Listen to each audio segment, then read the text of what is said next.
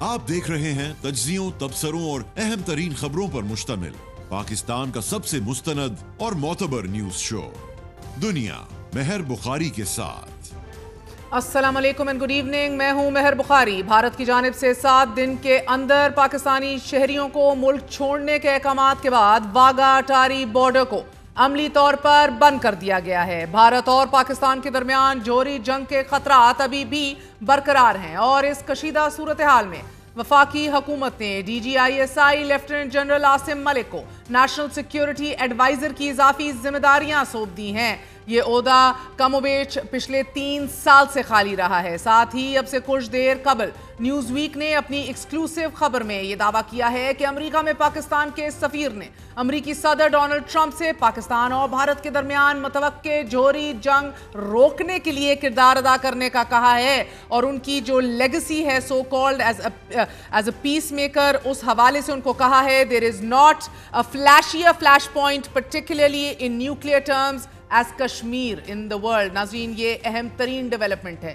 اور وہ بھی ایک ایسے وقت میں کہ جب گزشتہ روز ہی بھارتی وزیر خارجہ جے شنکر نے وزیر اعظم شہباز شریف صاحب سے بات کرنے کے بعد آج امریکی وزیر خارجہ مارکو روبیو نے رابطہ کیا ہے۔ مارکو روبیو نے رابطہ کیا اور امریکی وزیر خارجہ نے بھارت کی جانب سے پاکستان کو حملے کا ذمہ دار ٹھہرائے جانے کو مسترد کر دیا ہے۔ بھارت پر یہ زور دیا گیا ہے کہ وہ پاکستان کے ساتھ مل کر کشیدگی کم کرنے کے لیے فوراً ضروری اقدامات اٹھائے۔ دوسری طرف امریکہ، چین، روس، سعودی عرب، ترکی، قطر اور کویت نے پاکستان کی طرف سے خطے میں امن کی کوششوں کو سراہتے ہوئے بھارت پر زور دیا ہے کہ وہ مسئلے کے حل کے لیے سفارتی ذرائع استعمال کرے۔ Chief of army staff general Asim Munir نے بھی آج ہی ٹلا فیلڈ فائرنگ رینج میں جنگی مشقوں کا معائنہ کرتے ہوئے دشمن پر یہ واضح کیا ہے کہ پاکستان خطے میں امن کا خواہاں ہے، لیکن کوئی بھی کسی بھی قسم کی غلط فہمی میں نہ رہے۔ بھارت کی کسی بھی کارروائی کا منہ توڑ جواب دیں گے۔ بھارت کے کسی بھی مس ایڈونچر کا فوری اور بھرپور جواب دیا جائے گا، مگر بھارتی میڈیا پاکستان کے خلاف آپریشن بدلہ شروع ہونے کا دعویٰ کر رہا ہے۔ ٹائمز ناؤ کے مطابق بھارت کی جانب سے پاکستان کے خلاف دوبارہ سرجیکل سٹرائکس یا پھر بالاکوٹ جیسے حملے کی منصوبہ بندی کی جا رہی ہے، اور بھارتی فوج، فضائیہ اور بحریہ کو مکمل تیاری کا حکم دے دیا گیا ہے۔ ساتھ ہی ٹیلی گرام کے ذریعے لیک ہونے والی ڈاکیومنٹس میں بھارتی خفیہ ایجنسی را کا پہلگام منصوبہ بے نقاب بھی ہوتا دکھائی دے رہا ہے۔ دستاویز بتا رہی ہیں کہ بھارتی خفیہ ایجنسی خود ہی اس ڈرامے کی منصوبہ ساز تھی۔ اس دستاویز میں ہدایات جاری کی گئی ہیں کہ حملے کے 36 گھنٹے بعد میڈیا پر پاکستان مخالف بیانیہ بنانا ہے، پاکستانی خفیہ ایجنسی پر اس حملے کا الزام لگانا ہے اور بیانیہ یوں مرتب کرنا ہے کہ ریاست سمیت غیر مسلمانوں پر حملہ بن کر ابھرے۔ بھارتی خفیہ ایجنسی کی اس دستاویز میں یہ بھی ہدایات جاری کی گئی ہیں کہ میڈیا اداروں کو 36 سے 48 گھنٹے پہلے واقعے کی جگہ پر متحرک کیا جائے گا اور ضلع اننت ناگ میں ایک کارروائی عمل میں لائی جائے گی۔ سیاحوں کی آمد و رفت کی نگرانی کے بہانے خاص جگہوں پر اپنے فیلڈ آپریٹرز بھی تعینات کیے جائیں گے۔ حملے کے 2 سے 4 گھنٹے کے اندر اے آئی سسٹم کے تحت گواہوں کے بیانات لیے جائیں گے اور پھر دھاندلی ویڈیوز کی مدد سے واقعے کی تصاویر دوبارہ بنائی جائیں گی۔ اب یہ ڈاکیومنٹس میں مزید لکھا ہے کہ مرکزی جو ہیش ٹیگ ہے اس کی بجائے 200 سے زائد سوشل میڈیا اکاؤنٹس کے ذریعے غلط معلومات کی مہم چلائی جائے گی اور پھر آئی ایس آئی پر تمام تر الزامات ڈال دیے جائیں گے۔ اہم ترین یہ ڈاکیومنٹس ہیں جو بہت کچھ بے نقاب کر رہی ہیں۔ اسی حوالے سے بات کریں گے what exactly is happening in the region، کون سا ملک کیا کردار ادا کرنا چاہ رہا ہے and what are we expecting۔ ہمارے ساتھ موجود ہیں شاہد ملک صاحب، سابق سفیر برائے بھارت ہیں، ہمارا ساتھ دیں گے Derek J Grossman is a national security Indo-Pacific analyst, works for RAND Corporation and also writes for foreign policy۔ آپ دونوں کا بہت بہت شکریہ، thank you very much indeed for joining me۔ آپ سے آغاز کروں گی شاہد ملک صاحب، فرمائی دیجیے گا کہ you have been the longest serving high commissioner in India، آپ ان کی سائیکی سمجھتے ہیں، you understand کہ ادھر کی constituency جو ہے وہ کتنی ایزیلی ایکسائٹیبل ہے۔ Have you ever seen times like this ever before، جدھر آپ دیکھ رہے ہیں ایک آؤٹریج ہے، ایک میڈنس ہے جو تھمنے کا نام نہیں لے رہی؟ جی Mehr, good to be on your show. میں اس بات پہ ابھی آتا ہوں 1-2 منٹ میں۔ مجھ سے پہلے میں یہ کہنا چاہوں گا کہ having served there twice in different periods,